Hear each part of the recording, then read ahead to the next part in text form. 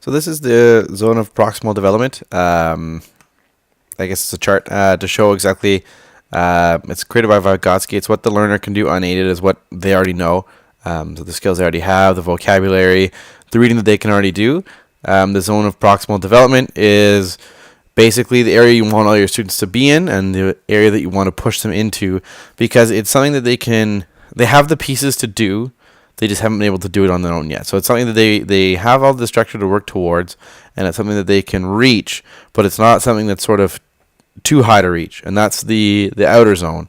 So this would be, as an example, say you were trying to read something like The Great Gatsby or a Shakespeare for a class who's just learning English. It would be very difficult because students who already have a strong English background already have difficulty sort of bridging the generational gap between that English and this English, as well as the use of sort of the fancier words of the time compared to what students are more used to in their everyday experience.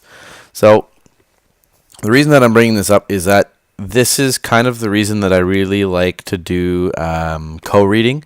So that would be where the teachers at the front of the class, they'll take some of the passages, but they also try and, as the novel or the book goes on, have some of the students maybe start to try reading, even just give them a sentence or two here and there, something that they can practice and start to feel comfortable reading a sentence out loud in front of the class, because that's where most of the learning tends to happen, because we do have classes. It's not one-on-one, and this is a nice way to sort of ease them into it while at the same time allowing them a novel so that they can sort of start to pick up on vocabulary and start to get more of a context where these words are used and which way that we say them in, depending on the situation. So I have found this extremely helpful when I was teaching applied English as well, because I had some kids who were recently ESL kids, as well as some kids who definitely were a little bit on the weaker side in terms of literary skills. So I found by reading the story a little bit as well, you're able to make it come to life in a way that the students don't always see. When every word is a struggle, or every 3 words is a struggle, to understand what the word is trying to say, it's very difficult to get a meaning, like a larger meaning from the text, because you're so focused on the word for word. It's missing the forest for the trees kind of thing.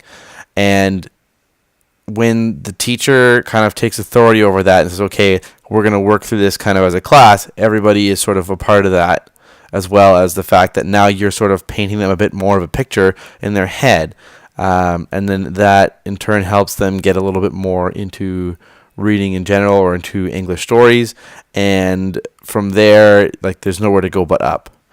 The reason that I bring up the zone of proximal development is because it's important to make sure that you're choosing the right literature choice for your class, because depending on your class, some of them will be 15, 16, 17, 18 years old.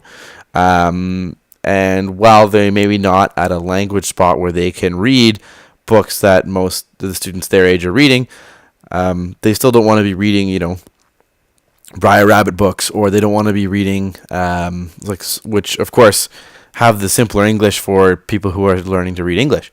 So you need to make a smart choice. I'm not going to say it has to be like a certain title or this. Like, it's totally up to the teacher. There's lots of great choices out there that have quite simple English to understand, but still have enough of a deep plot that you can still have even 18-year-olds be excited and kind of hang on the edge of their seat waiting to see what happens in the novel.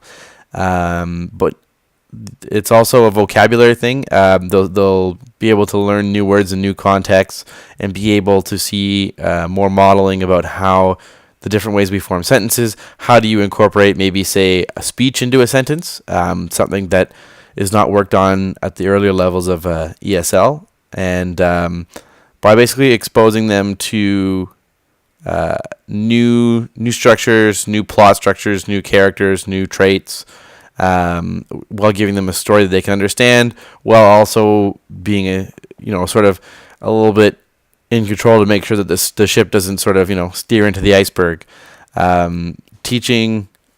Co-reading can be an extremely important skill to have in the class.